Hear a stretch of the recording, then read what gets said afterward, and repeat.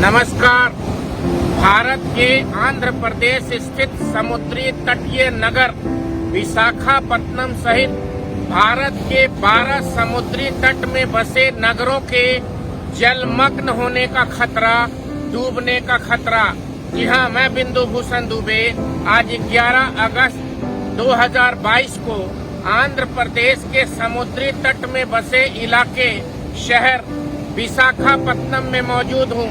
आप देख रहे हैं मेरे पीछे हाहाकार करता हुआ ये समंदर क्या संदेश दे रहा है। धीरे धीरे ग्लोबल वार्मिंग का खतरा बढ़ रहा है, इसलिए संयुक्त राष्ट्र संघ द्वारा गठित inter governmental panel on climate change IPCC ने ये सूचना दी है कि आने वाले 10 वर्षों में इस समुंदर का जल 8 से 10 फुट बढ़ेगा। आखिर ये जल क्यों बढ़ेगा? लोगों ने समंदर में गंदगी डालना शुरू किया। धीरे धीरे समुद्री तट के किनारे समुंदर ने गंदगी को वापस फेंकना शुरू किया। लोगों ने पेड़ों को काटना शुरू किया। समुंदर तट के किनारे पहाड़ों में अतिक्रमण कर, इंक्रोचमेंट कर घर बनाना शुरू किया। लोगों ने पहाड़ को तोड़ा, पेड़ काटे, प्रकृति का दोहन किया। परिणाम स्वरूप तापमान बढ़ता चला गया। मैं आज मौजूद हूँ विशाखापत्तनम में। मुंबई की बात करें या फिर केरल के कोचीन या त्रिवेंद्रम की बात करें, उड़ीसा के पुरी और भुवनेश्वर की बात करें, पश्चिम बंगाल में समुद्री तट पे बसे शहरों की बात करें, जितने भी शहर भारत में कम से कम 12 ऐसे शहर हैं जो समुद्र में डूब सकते हैं। 2030 आते आते लगभग 8 से 10 फीट पानी ये समुंदर का बढ़ेगा, जिससे आसपास के नगर डूब जाएंगे। और ऐसा कहा जाता है कि सदी के अंत आते आते ये 12 शहर मुंबई, विशाखापत्तनम, कोचीन, पूरी उड़ीसा के तटीय इलाके ये सब जलमग्न हो जाएंगे। कारण और कोई नहीं, हम सभी मनुष्य हैं। मनुष्यों ने पहाड़ों को बारूद लगाकर तोड़ दिया, पहाड़ों में घर बनाना शुरू किया, पृथ्वी का तापमान बढ़ने लगा, पेड़ों को बुरी तरह से काटा गया, पेड़ लगाए नहीं गए। पृथ्वी का तापमान नासा के अनुसार हर साल 1 से 1.5 डिग्री बढ़ रहा है। आप देख सकते हैं समुद्री तट के किनारे इसका जो हाई टाइड है, समुद्र की लहरें हैं, वो दूर दूर तक आ रही हैं। साल में लगातार आर्द्रता, ह्यूमिडिटी, गर्मी बेतरफ बढ़ रही है। समुद्र किनारे रहना आसान नहीं रह गया है। साल में 4 से 6 महीने आर्द्रता, हाई टाइड बढ़ती है। ग्लोबल वार्मिंग की वजह से, जलवायु परिवर्तन की वजह से लोग हमेशा दम को घोंटने वाले ह्यूमिडिटी में रहते हैं, परेशान रहते हैं।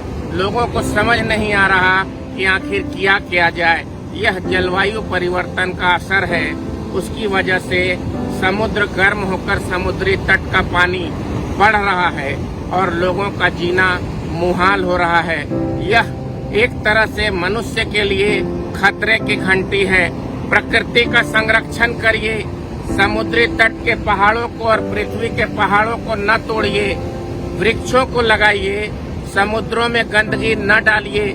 समुद्री तट को अगर हम लोगों ने सुरक्षित नहीं रखा तो भारत का 7,500 किलोमीटर समुद्र के किनारे बसता है और भारत में 4.5 से 5 करोड़ लोग समुद्री जलमग्न होने से प्रभावित हो जाएंगे। भविष्य में बहुत बड़ा सवाल उठ रहा है कि केरल के तटीय इलाके के लोगों को, जहां 550 किलोमीटर किनारे, 550 से 600 किलोमीटर तट के किनारे, समुन्दर के किनारे लोग रहते हैं, जल भर जाएगा तो आप उन्हें कहाँ रखेंगे? मुंबई के लोग कहाँ रहेंगे? कोचीन के लोग कहाँ रहेंगे? विशाखापत्तनम के लोग कहाँ रहेंगे? समंदर किनारे रहने वाले लोगों का जीना मुश्किल हो जाएगा। भारत में इनकी संख्या कम से कम 5 करोड़ है। सावधान, प्रकृति के संरक्षण के लिए ज्यादा से ज्यादा पेड़ लगाइए। पहाड़ों को अपने स्थान पर बने रहने दीजिए। गर्मी से बचने का उपाय करिए। जितना अधिक वृक्ष लगेगा उतनी गर्मी कम होगी। आपके पास समय मात्र 8 से 10 साल है। आने वाले 10, 15, 20 वर्षों में ये जलमग्न होते शहरों के लिए मैं बिंदु भूषण दुबे एक चेतावनी, एक संदेश दे रहा हूं और वह संदेश IPCC inter governmental panel on climate change संयुक्त राष्ट्र संघ के लिखित पत्र के आदेश के आधार पर आपको यह सूचना दे रहा हूं।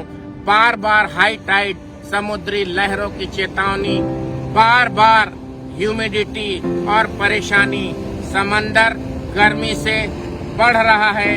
इसकी लहरें मनुष्य को चेतावनी दे रही हैं। ठहरो, संभलो, प्रकृति के संरक्षण के लिए काम करो। निजी स्वार्थ में प्रकृति को बर्बाद मत करो। आंध्र प्रदेश के विशाखापत्तनम से मैं बिंदु भूषण दुबे आज 11 अगस्त 2022 को विदा लेता हूं। फिर समय समय पर प्रकृति के संरक्षण के लिए, पर्यावरण के संरक्षण के लिए आवाज लगाता रहूंगा।